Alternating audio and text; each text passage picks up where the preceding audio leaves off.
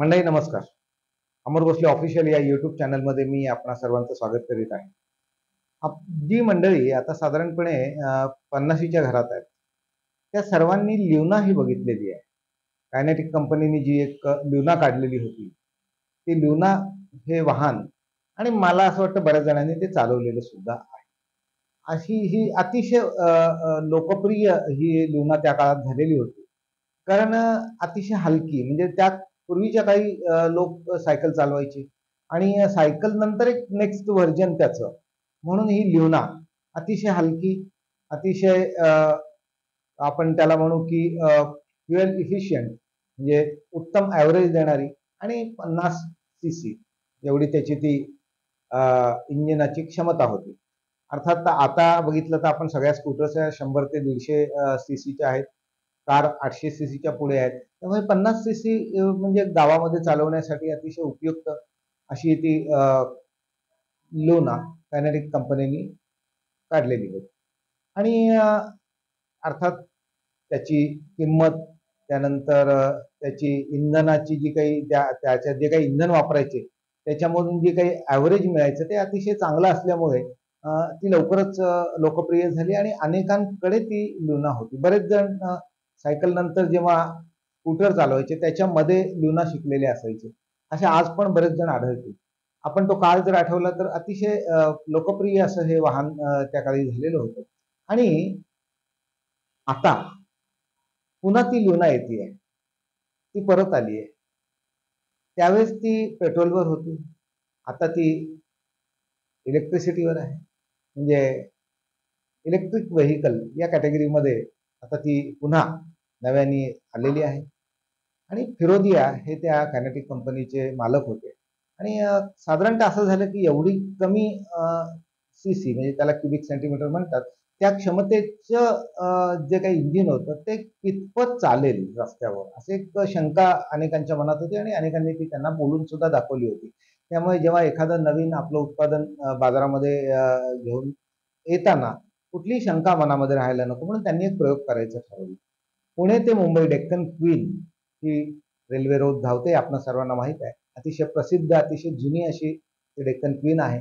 आणि त्यामुळे त्यांनी एक निर्णय घेतला की ह्या लुनाची आपण डेक्कन क्वीनची स्पर्धा लावायची. बघा काही म्हणजे आता कमालच आहे. म्हणजे कुठे रेल्वे, कुठे लुना, ती पण 50 सीसीची. रेल्वे किती मोठी, रेल्वेचं इंजिन आणि हे सगळं जर आपण बघितलं तर आणि सगळ्यात महत्त्वाचं म्हणजे त्या काळात एक्सप्रेसवे नव्हता. त्या काळात अतिशय अवघड असा तो घाट होता. बऱ्याच जणांना तो आठवत असेल खंडाळ्याचा घाट. तर त्यामुळे हे काही सोपं नव्हतं. पण त्यांनी ते जाहीर केलं आणि अगदी घडलंही तसंच. पुण्याहून सकाळी डेक्कन क्वीन सुटायची आणि ती दादरला 10:30 वाजता यायची. त्याच वेळेस लुना पण तिथून सुटली आणि ज्या वेगाने लुना आली, एका बाजूला रेल्वे धावतीये, दुसऱ्या बाजूला लुना धावतीये आणि ही जी शर्यत म्हणू शकतो आपण, तर शर्यतच होती ती अर्थात. आश्चर्य वाटेल आपणास की लुनांनी 20 मिनिटांनी जिंकली. म्हणजे डेक्कन क्वीन दादरला यायच्या आधी 20 मिनिटं लुना त्या ठिकाणी आलेली होती. आणि मग मात्र ग्राहकांचा जो काही विश्वास बसला त्या लुनावर, तो शेवटपर्यंत कायम होता. नंतर नवनवीन उत्पादनं येत गेली, त्यामुळे लुना मागं पडली. आता पुन्हा त्याच कंपनीनी इलेक्ट्रिक लुना मार्केटमध्ये आणलेली आहे. आणि त्यामुळे ते जुने दिवस आठवले. ती लुना, नंतर लुनाने हे मोठं जे काही कर्तृत्व गाजवून ठेवलेलं होतं की रेल्वेला हरवायचं म्हणजे विचार करण्यासारखी गोष्ट आहे. रेल्वेला हरवणं काही सोपं आहे का? पण तेच घडलेलं आहे. आणि ही फॅक्ट आहे. हे काही हा काही कल्पनाविलास नाहीये. जे घडलेला इतिहास आहे. इतिहासात लुनानी रेल्वेला हरवलेलं होतं. आणि त्यामुळं आणि नंतर सुद्धा जेव्हा ती लुना मार्केटमध्ये आली तेव्हा लोकांनी घेतली तेव्हा सुद्धा ती विना तक्रार अनेक वर्ष त्या लुनानी सेवा दिलेली आहे लोकांना.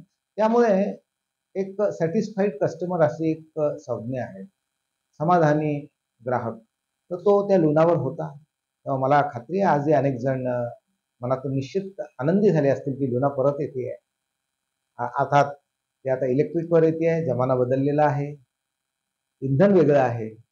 पण लुना मात्र मला असं वाटतं तसाच परफॉर्मन्स करेल. पाहूया काय होतंय. लुनाविषयी तुमच्याही काही आठवणी असतील तर नक्की तुम्ही शेअर कराव्या अशी तुम्हाला विनंती आहे. आज या ठिकाणी थांबतो. पाहूया वाट कधी लुना आपल्या रस्त्यावर दिसते ती लवकरच दिसेल. आज या ठिकाणी थांबतो. धन्यवाद मंडळी.